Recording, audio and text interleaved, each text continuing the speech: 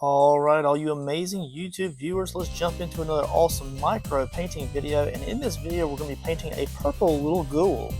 Now, this is a kind of like one of two or three magnets that I had created for this set that I offer on Etsy as well as my website. And in this set, we're just painting multicolored ghouls. They're all different shapes and sizes, and this is the wide-faced one. Now this one, as you can see here, is going to be a purple theme, and I plan to come in later on down the road and I'll make another one of these in the next creation, and it will be maybe like a green and maybe a blue or a yellow and a pink and an orange, and we'll make them all in different colors, and the overall painting process is the same, but it's more so just the enjoyment of the overall process. Of course, I am speeding this up in about maybe about 6 to 7 times speed. So although I am really taking my time in this video here, it's good to just be able to blast through some time-lapse painting here on the YouTube channel, and it's really enjoyable to watch. Now we're going to go ahead and start off with this purple base. Now this is a neon purple, and I do have this as an affiliated link in my Amazon list down below in the description if you'd like to check out that paint pack. I bought this as like just a paint pack off of Amazon, and came with a bunch of different neons that I plan to use on a polar bear painting here in the near future.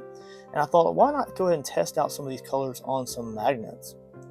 Now these colors are absolutely vibrant in a lot of ways, but we are going to dinge them out, so don't worry, they're not going to stay as bright as they are now, but it is just a stepping stone into the later portions of the painting process. So we're just going to go ahead and lay in this purple base here, just a little bit kind of going around as it dries out, and it will come back to the same places over and over again. We did give a little bit of Mars black shadow layers just before we began the purple layers, and that's kind of blending in a little bit as we apply this first purple layer here. You can see there's a lot of texture kind of sculpted into the overall outside face of the ghoul itself, so we're going to be able to do a lot of dry brushing, a lot of washes to get this overall really in-depth effect.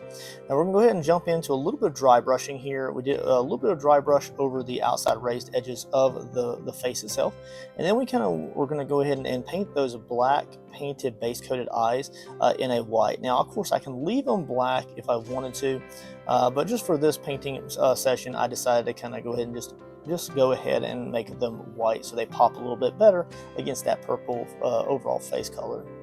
Now this is a sepia wash. We're going to go ahead and use this. I use sepia washes a lot in the majority of my painting processes, and I really do think that inks in general bring a lot of texture out. Now I'm not waiting for those base coat layers to dry out before I apply that wash, so it does kind of create like a little bit of puckering on the actual paint layers itself.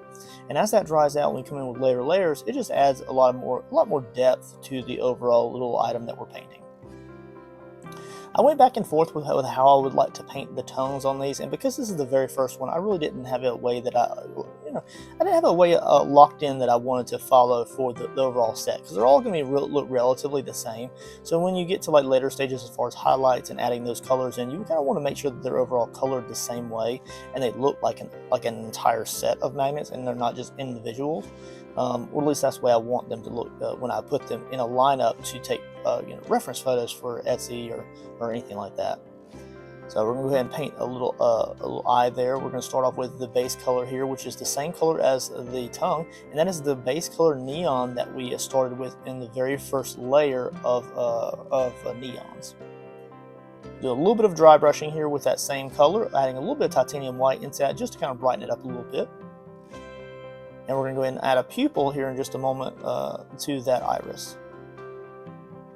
I decided not to make the eyes crossed or like catty cornered or just goofy. I decided to make the eyes just forward, straight facing on. And these later on down the road, I might give the customers who order these the option how they would like the eyes, just because each one is hand detail painted to perfection. But the original design of these are my original sculpted and casted items. So I originally sculpted all of these, and we made molds of them, which is a separate video in itself.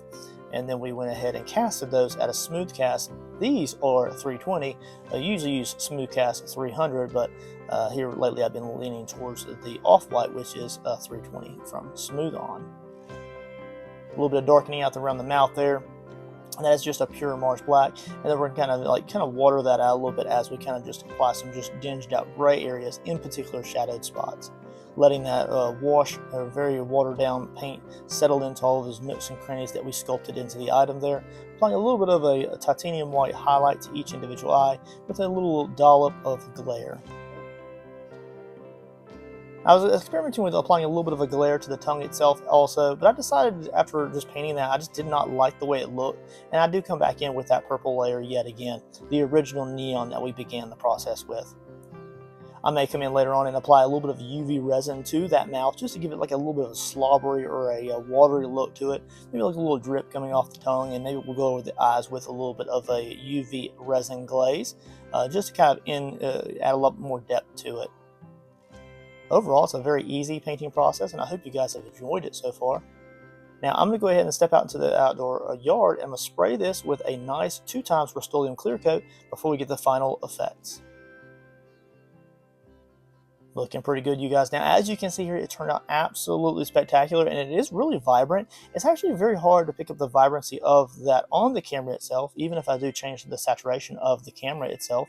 But otherwise, I'm really happy with how it turned out. You can find these on my Etsy shop in a overall magnet collection. And this is the Ghoul set. So it's just a funny little Ghoul set. And I really do hope you guys enjoyed the video. Make sure you check out some of the other videos here on my YouTube channel. Make sure you like and subscribe, and I will catch you on the next awesome content video. Later, guys.